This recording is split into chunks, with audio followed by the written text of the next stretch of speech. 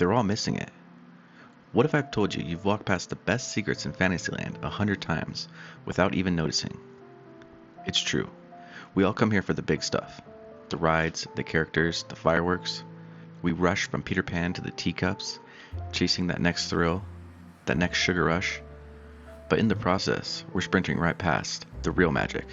The little details, the secrets hiding in plain sight. Today, we're going to do something unthinkable. We're going to stop and see what a million people walk past every single day. I'm going to show you a side of Fantasyland you've never seen before. And I promise, you'll never look at this place the same way again. First stop is this quiet little spot right next to the castle, Snow White's grotto and her wishing well. Thousands of people wander by, maybe toss a coin in and hope for the best. But most of them walk away before they get to the magic part. Go on, make a wish. But then, just wait and listen. Hear that? Right after the splash, if you listen closely, Snow White herself sings, "I'm wishing." Her voice actually floats up from inside the well, like a perfect magical echo answering you. It's so subtle and perfectly done. It feels less like a park effect and more like real enchantment. It's a reward, a little secret shared only with those patient enough to listen. Alright, let's talk about the icon herself, Sleeping Beauty's castle. She's majestic, she's grand, and she's a lot smaller than you think.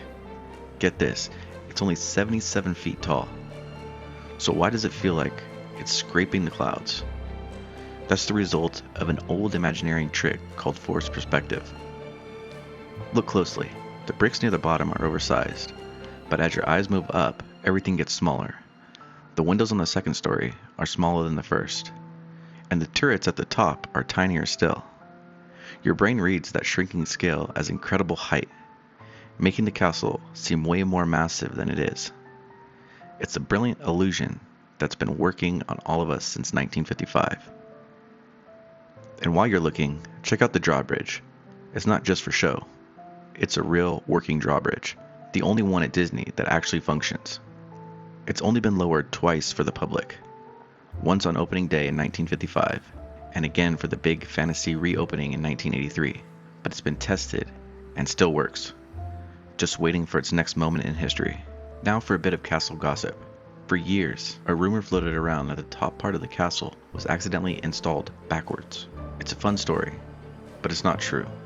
The real secret to look for is a nod to the man who started it all. Right over the main archway, you'll find the Disneyland family crest. It's got 3 lions on it, a permanent signature from Walt, marking this kingdom as his family's legacy.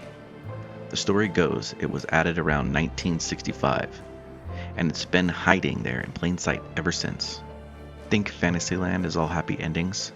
Think again. There's always a little villainy lurking nearby. As you walk through the courtyard, especially if you're waiting for Peter Pan's flight, look up at the window, right above the entrance to Snow White's enchanted wish. Now be patient. Every 20 or 30 seconds, the curtains part, and the evil queen herself peers down at everyone below. It's a wonderfully creepy detail that most people totally caught up in the chaos completely miss. They have no idea a classic Disney villain is spying on them. And that's not all. Right at the entrance to her ride, you'll see pillars with pie lattice throughout the attraction's queue. Was it apple pie or gooseberry? So be honest, have you ever noticed the queen staring down at you? Or did you know about the pie lattice? It's wild how many of these little secrets are hidden all over the park. Let me know in the comments which Fantasyland detail is your favorite, or if you found one I haven't mentioned. And hey, if you're enjoying this little tour of secrets, hit that subscribe button. We've got a lot more to cover. Right in front of the carousel, you'll find a legacy cast in stone. The sword in the stone. We've all seen people trying to pull it from the anvil, taking pictures and testing their strength. Everyone thinks it's just a photo op, right? Wrong. Every now and then, for one very lucky person, the sword actually slides out. How it works and when it happens is a closely guarded park secret, but it absolutely happens. A king or queen gets crowned for a moment, complete with a magical sound effect, before the sword locks itself back in place. It's a rare, amazing moment that captures the whole point of Fantasyland. That on any given day, you could be the one who finds a piece of real magic. Here's one of the best pieces of advice for any Disney park. Look up. We're also focused on getting to the next ride that we miss the storytelling happening over our heads. The weather vanes in Fantasyland aren't just for decoration. They're part of the story. Look above Peter Pan's flight, and you'll see Captain Hook's pirate ship sailing in the wind. On the top of Mr. Toad's wild ride, there's Mr. Toad himself in his runaway motor car.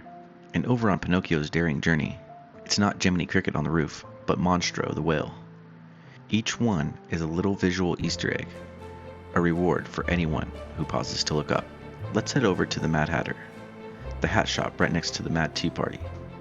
Inside amongst all the crazy hats, there's another secret that demands a little patience. Find that mirror behind the cash register. It looks like a normal mirror at first, but just stand there for a minute and watch it closely.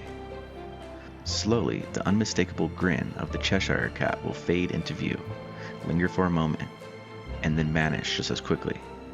It's the perfect tribute to the character, mischievous, hard to pin down, and only shows up for those who take a moment to look for the madness. People stand right in front of it and never even notice. Our last secret takes us into the queue for Peter Pan's flight, a place people usually rush through. Make sure you have the Disney Play app on your phone. As you walk into the queue, your eyes are drawn to the ships flying off. But look closer. There's a lantern, and inside the lantern is Tinkerbell. All you have to do is reveal her. Play the game through its entirety, and then you'll see in the blink of an eye the fog disappears, and Tinkerbell is revealed, with pixie dust lighting her lantern. So from a singing well and a trick of the eye castle to a villain hiding in plain sight, Fantasyland is so much more than just a list of attractions. It's a world filled with secrets that were put there on purpose, just waiting for someone to find them. The Imagineers who designed this place built it for people who were willing to look a little closer. The next time you walk across the drawbridge, I challenge you. Put the map away for a bit. Look up at the rooftops. Listen for whispers in the quiet corners. You'll find that the real magic here isn't just from the rides you can go on, but in the hundreds of little secrets you can discover when you finally stop rushing and just look. Thanks for coming on this tour with me. If you discovered something new today, let me know. And don't forget to subscribe for more secrets from the happiest place on earth. Until next time, keep discovering.